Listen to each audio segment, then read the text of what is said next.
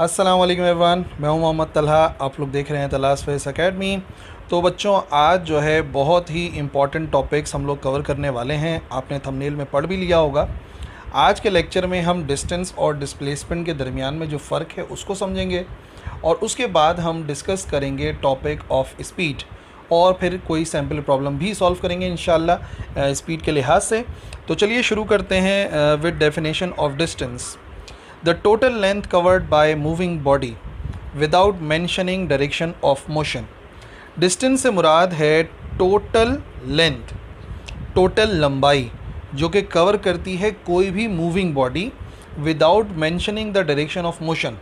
जबकि हम direction of motion को डिस्क्राइब नहीं करेंगे तो फिर वो क्या कहलाएगा, वो डिस्टेंस कहलाएगा। मिसाल के तौर पे आपके घर से लेके आपके स्कूल तक का फासला है, डिस्टेंस है, जितनी लंबाई आप तय करते हैं। अब सारी बात यह है कि जो आप लंबाई तय करते हैं अपने घर से अपने स्कूल तक, वो एक जैसी नहीं रहेगी, ठीक है ना। आप मुख्तलिफ़ रास्तों को फॉलो कर सकते हैं एक जगह से दूसरी जगह, तो डायरेक्शन चेंज होती रहती है। अपने घर से निकलते हो, गली से बाहर निकलते हो, मुड़ते हो, फिर एक जगह पर जाते हो, टर्न लेते हो। तो कहने का मकसद ये है कि जब भी आप अपने घर से स्कूल की तरफ ट्रैवल करते हो तो आपकी डायरेक्शन स्पेसिफिक नहीं रहती, एक जैसी नहीं रहती, बल्कि बदलती रहती है। तो इसी वजह से हम ये कह रहे हैं कि जो डिस्टेंस है, फासला है, उसमें हम कभी भी मेंशन नहीं करते डायरेक्शन ऑफ मोशन को, बस हम लंबाई नाप लेते हैं कि कितना आपने फासला एक जगह से दूसरी जगह तय किया है। This is called distance. मिसाल के तौर पे एक फ़ुटबॉल जो है वो पॉइंट ए पर मौजूद है और हम उसको मूव करवाना चाहते हैं पॉइंट बी की तरफ, ठीक है। पॉइंट ए से पॉइंट बी की तरफ मूव करवाना चाहते हैं, तो कई सारे रास्ते हैं जो ये फ़ुटबॉल फॉलो कर सकती है। फॉर एग्ज़ाम्पल,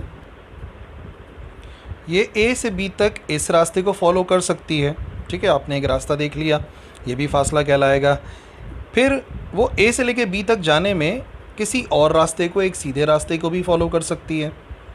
लेकिन हो सकता है कि कोई और रास्ता भी हो, एक पॉइंट से दूसरे पॉइंट तक के कई सारे रास्ते हो सकते हैं। तो मिसाल के तौर पे हम तीसरी मिसाल देखते हैं कि ए से बी तक जाने में वो इस रास्ते को फॉलो कर रही है।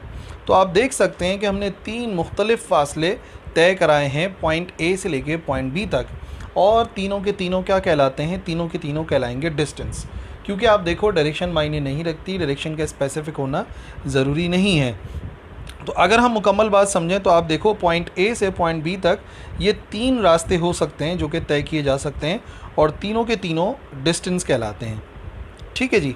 अच्छा, डिस्टेंस एक स्केलर क्वांटिटी है, और अगर आप नहीं जानते स्केलर क्वांटिटी किसे कहते हैं, याद रखो स्केलर क्वांटिटी से मुराद है गैर सिमती मिकदार, यानी कि एक ऐसी मिकदार जिसमें कोई सिमत ना हो, कोई स्पेसिफिक डायरेक्शन ना हो। हम ऐसा कह सकते हैं कि ये वो है जिसमें कोई स्पेसिफिक डायरेक्शन नहीं होती, ठीक है। और अगर स्पेसिफिक डायरेक्शन होती है तो उसे हम वेक्टर क्वांटिटी कहते हैं। तो कहने का मकसद ये है कि डिस्टेंस एक स्केलर क्वांटिटी है, क्योंकि उसमें जो डायरेक्शन है उसे मेंशन नहीं किया जाता, बिकॉज़ वहाँ पे कोई स्पेसिफिक डायरेक्शन होती भी नहीं है, ठीक है जी। तो नेचर वाइज अगर आपसे कोई पूछे तो distance is a scalar quantity, और इसका जो एसआई यूनिट है वो मीटर है।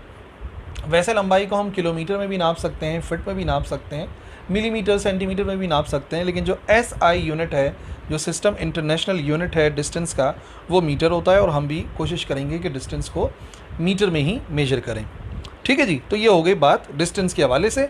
एक जगह से, एक पॉइंट से दूसरे पॉइंट तक की जो टोटल लंबाई होती है उसे डिस्टेंस कहते हैं। इसमें डायरेक्शन मेंशन नहीं करते, तो ये एक स्केलर क्वांटिटी है। और इसी के साथ साथ जो एसआई यूनिट है वो है मीटर। और एक अहम बात, डिस्टेंस डिपेंड करता है रास्ते पर। रास्ता आप लंबा भी चूज़ कर सकते हो, ठीक है, रास्ता आप छोटा भी चूज़ कर सकते हो, तो फासला ऊपर नीचे हो सकता है, फासला बदल सकता है। मतलब एक पॉइंट से दूसरे पॉइंट तक के कई सारे फासले हो सकते हैं, जैसे कि हमने पिछली मिसाल के अंदर देखा था। जबकि अब जो हम डिस्प्लेसमेंट पढ़ेंगे, ज़रा उसको नोट करना कि वो कैसे काम करता है। डिस्प्लेसमेंट की पहले डेफिनेशन बनती है, the shortest distance between 2 points is called displacement. तो सीधी सी बात है, हमने देखा था पॉइंट ए से लेके पॉइंट बी तक कई सारे रास्ते थे जिनको हम फॉलो कर सकते थे। तो उसमें से जो सबसे छोटा फासला होगा, जो शॉर्टेस्ट डिस्टेंस होता है, अहम बात यह है कि डिस्प्लेसमेंट जो है वो शॉर्टेस्ट डिस्टेंस होता है, उसको हम डिस्प्लेसमेंट कहते हैं।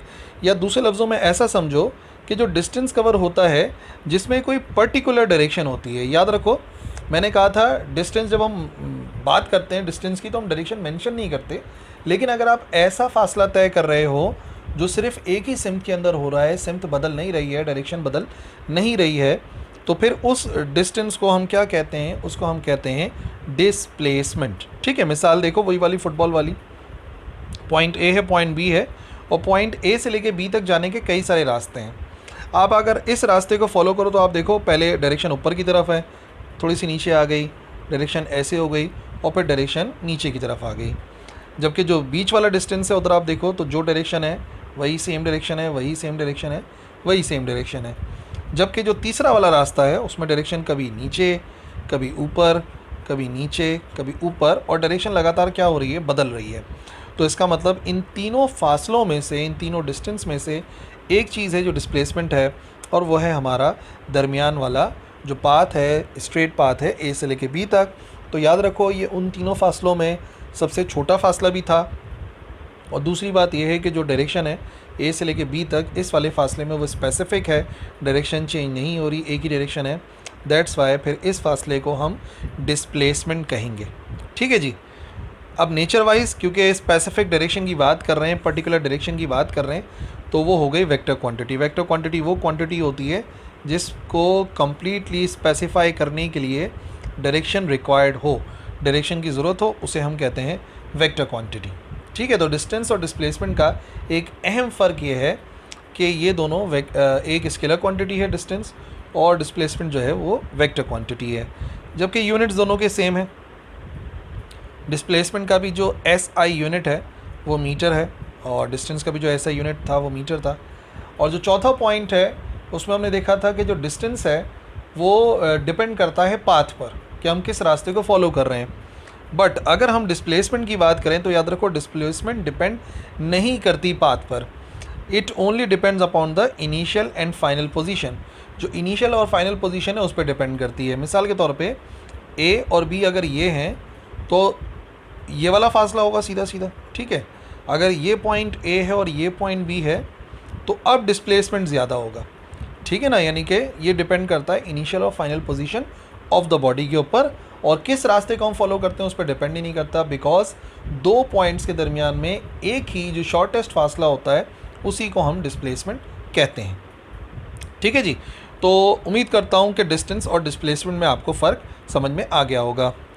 तीसरी चीज़ हमने समझनी है स्पीड के बारे में। उर्दू में इसे कहते हैं रफ्तार, बड़ी कॉमन सी बात है। समझ लेते हैं डेफिनेशन। रफ्तार से आप लोग तेज़ी सपोज करते हो, कोई चीज़ अगर तेज़ है तो इसका मतलब उसकी स्पीड ज़्यादा है, रफ्तार ज़्यादा है। Distance covered by an object in unit time, वो फासला जो कि ऑब्जेक्ट कवर करता है यूनिट टाइम में। और क्या मुराद है यूनिट टाइम से? यूनिट टाइम से मुराद होती है 1 सेकेंड। तो वो डिस्टेंस जो कि ऑब्जेक्ट कवर करता है 1 सेकेंड में उसे कहते हैं स्पीड। कितना फासला तय हो रहा है 1 सेकेंड के अंदर, यूनिट टाइम के अंदर, तो उसे स्पीड कहते हैं। यानी कितने वक्त में कितना फासला तय हो रहा है, बेसिकली उसे स्पीड कहा जाता है, जिसको हम इस फार्मूले से मालूम कर सकते हैं। ऊपर लिखा हुआ है डिस्टेंस ट्रेवल्ड, कितना फासला तय हुआ वो हम लिख देते हैं ऊपर, और नीचे लिखा हुआ है टाइम टेकन, कि कितना वक्त लगा। तो अगर डिस्टेंस कितना कवर हुआ उसको हम डिवाइड कराते हैं टाइम टेकन से, तो जो चीज़ हमें हासिल होती है वो कहलाती है स्पीड, यानी कि रफ्तार। और अगर इसी को आप बाय फार्मूला देखना चाहो कि क्या उसके सिंबल बनते हैं, तो याद रखिए v बराबर होता है s/t के, जबकि s आप जानते हैं किसको शो कर रहा है, डिस्टेंस को, और t शो कर रहा है कितने टाइम को। तो इस फार्मूले के ज़रिए स्पीड को ईज़िली कैलकुलेट किया जा सकता है। ठीक है, मिसाल के तौर पे मैं आपको सॉल्व करके समझाता हूँ कि कैसे जो है वो डिस्टेंस से जो है वो स्पीड या स्पीड से डिस्टेंस निकाला जाता है। अब शुएब अख्तर की जो फास्टेस्ट बॉल है, मिसाल के तौर पे एक बहुत तेज़ तरीन बॉल शुएब अख्तर कराता है, और वो बॉल जो है 20 मीटर का फासला तय करती है। 20 मीटर की पिच है, तो जाहिर सी बात है जो क्रीज है बॉलर वाली वहाँ से फासला तय करती है बैट्समैन तक, तो 20 मीटर का फासला बनता है कमोबेश इन 0.45 सेकेंड। और ऐसा करने में उसे कितने सेकेंड लग रहे हैं, बॉल को बॉलर यानी शुएब अख्तर के हाथ से बैट्समैन तक पहुंचने में उसे 0.45 सेकेंड लग रहे हैं। तो सवाल यह है कि what is the speed of ball. तो अब देखिए आपके सामने यहाँ पर दो चीज़ें नज़र आएंगी। एक तो आपको डिस्टेंस नज़र आएगा और दूसरा टाइम नज़र आएगा। तो पहली बात यह है कि अगर हम डिस्टेंस को लिखते हैं तो डिस्टेंस जिसे हम एस से शो करते हैं वो बराबर है 20 मीटर्स के। इसी के साथ साथ कितना टाइम गुज़रा जिसको हम शो करते हैं टी से, तो वो है 0.45 सेकेंड्स। और फाइनली हम क्या मालूम करना चाह रहे हैं, हम मालूम करना चाह रहे हैं कितनी स्पीड है, और स्पीड का सिंबल याद रखिए v होता है। ठीक है जी, सिंप्लीफाई करेंगे तो मैंने आपको बताया फार्मूला v बराबर होता है s/t के। इसी फार्मूले को हमने फॉलो करना है। तो v बराबर आएगा s, ऊपर आएगा 20 मीटर्स और 0.5 सेकेंड्स लगे हैं। ठीक है ना, ऊपर लिखा हुआ है 20 मीटर, नीचे लिखा हुआ है 0.45। तो 20 को हम डिवाइड कराएंगे 0.45 से, तो ये आंसर आ जाएगा 44.44 मीटर। ऊपर मीटर बचा है, नीचे बचा है सेकंड। तो स्पीड का यूनिट भी बता दिया हमने, मीटर पर सेकंड होता है। आगे इसको डिस्कस भी करना है। तो ये है शुएब अख्तर की फास्टेस्ट बॉल, जो कि आपको याद होगा, अगर नहीं मालूम तो पता होना चाहिए यार, बड़ी अहम बात है। 161.3 किलोमीटर्स पर आवर का फासला तय करती है ये स्पीड है। लेकिन हम लोग स्पीड किलोमीटर पर आवर में सॉल्व नहीं करते, बल्कि हम 1 सेकंड में स्पीड देखते हैं और मीटर में नापते हैं। तो इस वजह से मैंने भी अपना आंसर मीटर पर सेकंड में दिया। ठीक है जी, तो इस न्यूमेरिकल के अंदर हमने डिस्टेंस से स्पीड निकालना सीखा। दूसरा एक देख लेते हैं जहाँ पर एक शपाटर है। अब सबसे पहली बात ये है कि अगर आपको शपाटर के बारे में नहीं पता तो क्या कर रहे हो यार, और स्पेशली अगर आप कराची के अंदर रहते हो और आपको शपाटर के बारे में नहीं पता। शपाटर एक ख़ास किस्म के लोग होते हैं, मैं आपको उनकी तस्वीर दिखाता हूँ, फिर आप पहचानेंगे। ये जो बाइक पर जनाब जा रहे हैं ना, ये शपाटर है। ठीक है ना, बाइक का साइलेंसर निकाल के व्हीली मारते हुए जो लोग घूमते हैं, उन्हें कराची की लैंग्वेज में शपाटर कहते हैं। ठीक है, तो मैंने सोचा कि एक मिसाल, बड़ी लोकल सी मिसाल हो जाए। तो एक शपाटर है, वो बाइक चला रहा है 5 मीटर पर सेकंड की स्पीड के साथ। तो सवाल यह है कि वो कितना फ़ासला तय करेगा 5 सेकंड में। ठीक है, अब ये जो शपाटर साहब जा रहे हैं व्हीली लगाते हुए, डेटा बनाते हैं, देखते हैं कितना फ़ासला तय कर लेंगे 5 सेकंड में। तो सबसे पहली बात, हमें क्या चीज़ दी गई है, हमें स्पीड दी गई है। ठीक है, v से ज़ाहिर करते हैं स्पीड को, और वो है 5 मीटर्स पर सेकंड। हमें जो मालूम करना है डिस्टेंस, उसके लिए हमें टाइम दिया गया है। टाइम दिया गया है 5 सेकंड्स। एंड फाइनली हमें क्या मालूम करना है, हमें मालूम करना है कितना डिस्टेंस कवर होगा, और डिस्टेंस को हम शो करते हैं s से। ठीक है जी, तो अगर सिंप्लीफाई करते हैं तो हमें पता है v बराबर होता है s/t। s की वैल्यू अलग करनी है, t इधर आके मल्टीप्लाई करा देंगे, s अलग हो जाएगा और t चला जाएगा v के साथ मल्टीप्लाई में। तो शपाटर की स्पीड है 5 मीटर पर सेकंड और टाइम भी है 5 सेकंड। तो 5 5 हो जाता है 25, और डिस्टेंस है तो मीटर्स के अंदर आएगा। तो इसका मतलब इस मिसाल से हम ये सीखे कि किस तरीके से स्पीड और टाइम अगर आपको दी जाए तो आप डिस्टेंस भी मालूम कर सकते हैं। इसके बाद देख लेते हैं कि इसका SI यूनिट क्या है। तो SI यूनिट ऑलरेडी डिस्कस कर चुके हैं हम लोग कि स्पीड का जो SI यूनिट है वो है मीटर पर सेकंड, और m/s लिखते हैं। और नेचर की बात की जाए तो it has a scalar nature, और स्केलर क्वांटिटीज़ के बारे में ऑलरेडी मैं आपको बता चुका हूँ, जिनमें डायरेक्शन मेंशन नहीं की जाती। अब आप खुद सोचिए कि अगर आप बाइक पर ट्रैवल करते हैं तो क्या डायरेक्शन स्पेसिफिक रहती है, या जब शुएब अख्तर ने बॉल फेंकी थी तो क्या एक ही डायरेक्शन में ट्रैवल कर रही थी? नहीं, बॉल पहले पिच तक जाती है, फिर ऊपर उठती है, तो डायरेक्शन चेंज होती रहती है। तो याद रखिए, जब भी हम स्पीड को मेजर करते हैं तो स्पीड जो है एक स्केलर क्वांटिटी है जिसमें डायरेक्शन मेंशन नहीं की जाती।